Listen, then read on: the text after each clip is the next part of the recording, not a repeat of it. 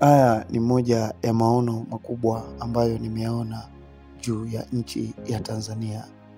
Na leo nitaenda kukuambia kile ambacho nimekiona juu ya ardhi ya Tanzania. Nilipokuwa nikiendelea kuomba katika maombi mazito ambayo Askofu Josephat Gwajima aliweza kuyahimiza, akatuhimiza Wakristo wote tuweze kuliombea taifa. Ndipo na mimi nikapata mzigo wa kuombea viongozi mbalimbali, akiwemo rais, akiwemo waziri mkuu na viongozi mbalimbali ambao wapo katika wazifa mkubwa kabisa wa nchi ya Tanzania. Lakini Mungu akaniambia, tazama, sitakuonesha mambo ambayo ni ya muda huu, nitakuonesha mambo ya wakati ujao. Na ya mambo nitakayokuonesha hayana budi kuja kutokea.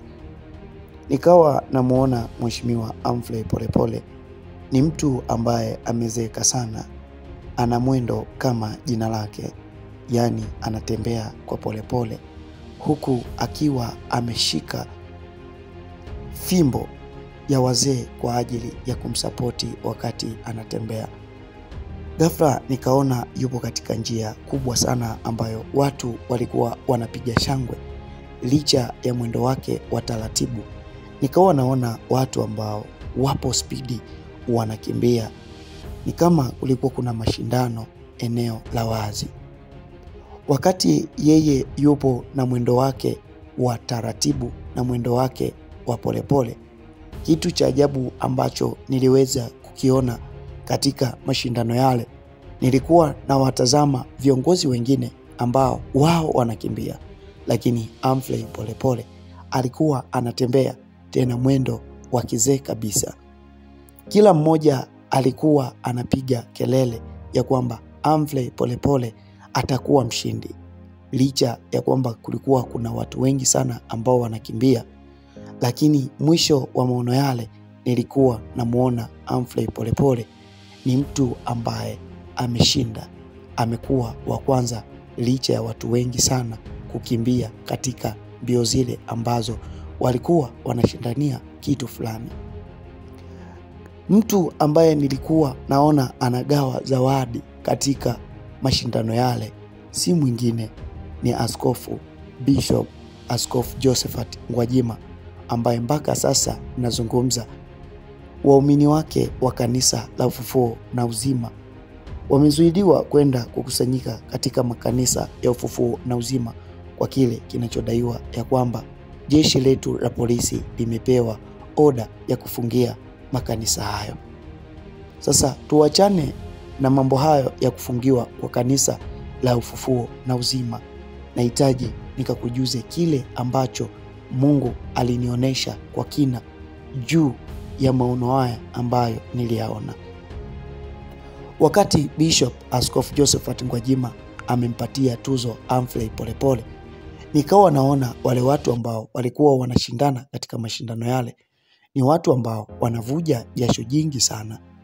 Ndipo ambapo nikawaona baadhi ya viongozi nao wakijaribu kuwahamasisha wale waliokuwa wanamshangilia Humphrey Polepole, nao washangiliwe kama ambavyo alikuwa anashangiliwa Humphrey Polepole. Lakini watu wale nikaona wanakalipa, wanasema ya kwamba nyinyi tuliwashangilia, lakini hamna hata kitu kimoja mlichokifanya kwetu. Ni bora tumshangilie huyu ambaye hakuwemo pamoja na nyinyi. Wale watu nilikuwa na waona wanalia sana na kusema ya kwamba mtupe nafasi ya mwisho, labda pengine tunaweza tukafanya vyema. Lakini wale wananchi walikuwa wakimshangilia Humphrey Polepole walikataa kabisa. Nikawa nawaona viongozi wa chama pinzani, baadhi yao wakiwa wanasujudu mbele ya Humphrey Polepole, na maneno yalikuwa yakisikika kwa baadhi ya viongozi wa chama pinzani, wakasema, wewe haukuwemo mmoja wa kula keki ile, hivyo na sisi hatuna budi kuja chini yako. Nikawa najaribu kumuuliza Mungu Roho Mtakatifu, nini maono makubwa kama haya? Mungu Roho Mtakatifu akaniambia ya kwamba Humphrey Polepole ametengwa kwa ajili ya kusudi la Mungu. Josephat Bishop Askofu Josephat Gwajima naye ametengwa kwa ajili ya kusudi la Mungu. Nikawa namuuliza Mungu Roho Mtakatifu, ni nini ambacho basi kitatokea katika maisha yao? Akaniambia ya kwamba anaenda kumpa Humphrey Polepole cheo cha juu kabisa ambacho hakuna mtu ambaye ataweza kuamini. Nikawa namuuliza, kwa nini Humphrey Polepole na sio mtu mwingine? Akasema ni mtu aliyesimamia haki kwa muda mrefu. Ni mtu ambaye ameuchunguza moyo wake. Kumbuka wewe unayenisikiliza, nataka tu nikwambie ya kwamba kitu ambacho Mungu anakiangalia katika maisha ya mtu ni kuchunguza mioyo.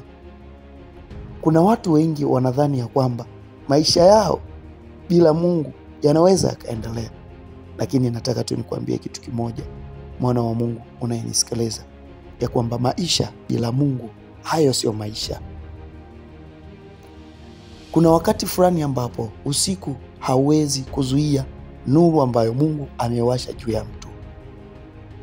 Na labda nikwambie kitu, nuru ikija ndani ya mtu hakuna wa kuyazuia.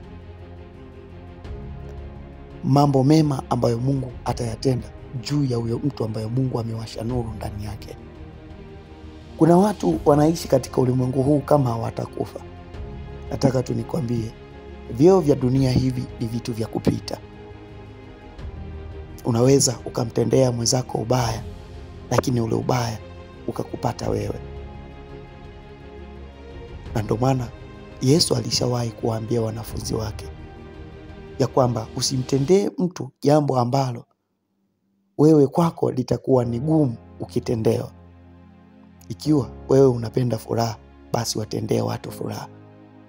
Na labda nikwambie kitu kimoja, yule unayemdharau leo, kesho anaweza akaja kuwa mtu mkubwa sana. Vipi unamdharau mtu, unamuona si chochote, unamuona si lolote, alafu kesho anakuja kuwa ndiye kile kitu ambacho wewe ulizani hatakuwa.